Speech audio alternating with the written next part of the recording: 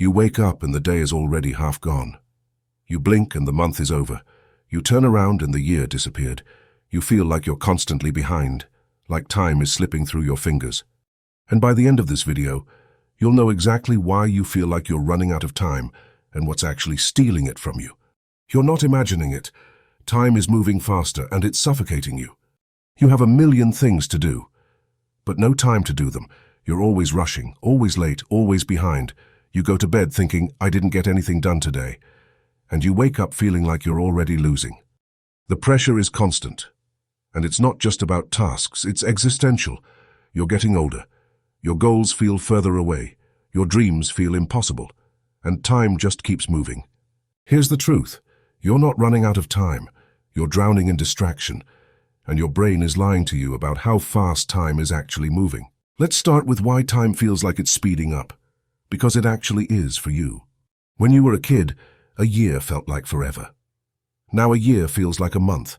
This isn't your imagination. It's called time perception acceleration. And it happens because your brain processes time based on novelty. When you're young, everything is new. New experiences, new memories, new information. Your brain is constantly encoding, so time feels long because you're experiencing a lot. But as an adult, most of your days are the same. Same routine, same commute, same job, same evening. Your brain stops encoding because there's nothing new to remember. So when you look back, time feels compressed, because there are no distinct memories to separate one day from another. A month of repetition feels like a week in retrospect, because your brain has nothing to anchor it to. You're living on autopilot, and autopilot makes time disappear. Here's another reason time feels scarce. You're filling every second with noise. You can't sit in silence.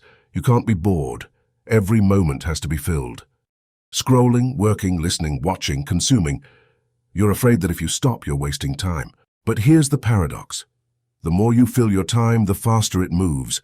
Because you're not present. You're skimming. You're multitasking. You're half engaged in everything and fully engaged in nothing. And when you're not present, time doesn't register. It just passes.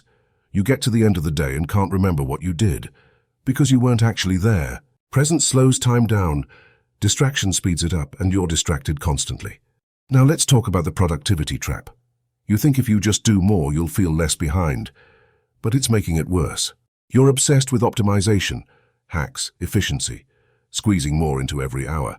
And the more productive you become, the more you expect from yourself. You finish 10 tasks and feel like you should have finished 15. You accomplish something and immediately move to the next thing without acknowledging it. You're never satisfied, never caught up, never enough. This is called the productivity paradox.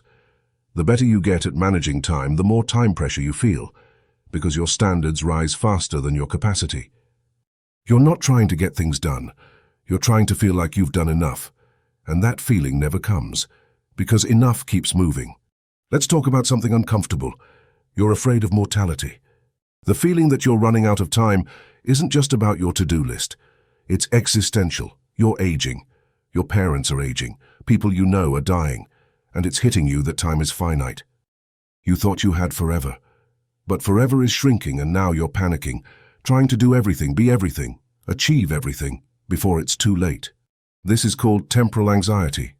The fear that you won't have enough time to become who you want to be, to do what you want to do, to live the life you imagined. And that fear makes you rush, which makes you less present, which makes time move faster, which makes the fear worse. Here's another brutal truth.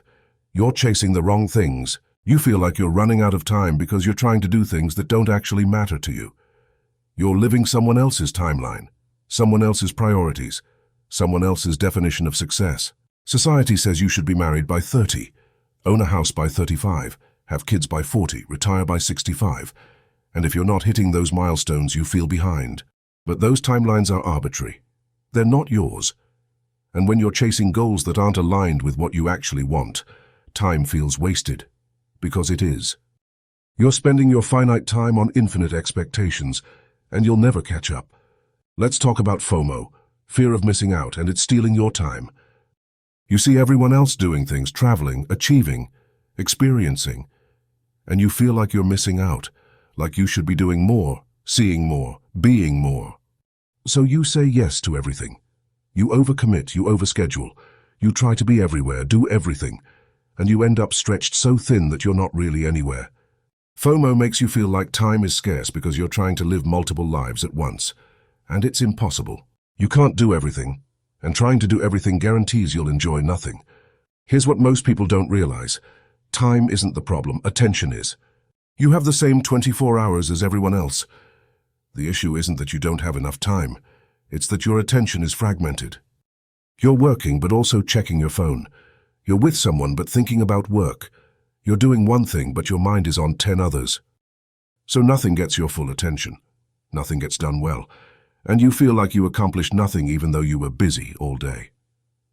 Fragmented attention creates the illusion of time scarcity because you're never fully using the time you have.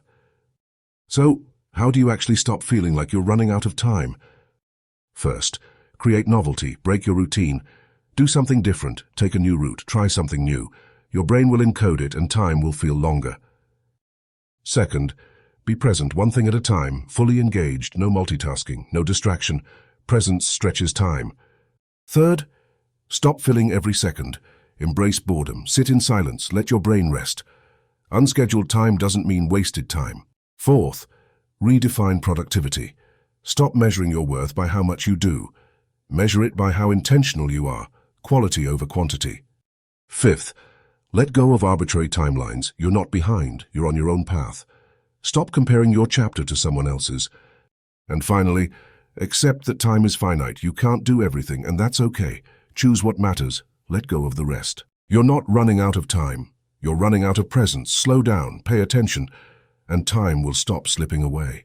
If you constantly feel like there aren't enough hours in the day, drop a comment. And if you want more psychology content that helps you reclaim your life, subscribe.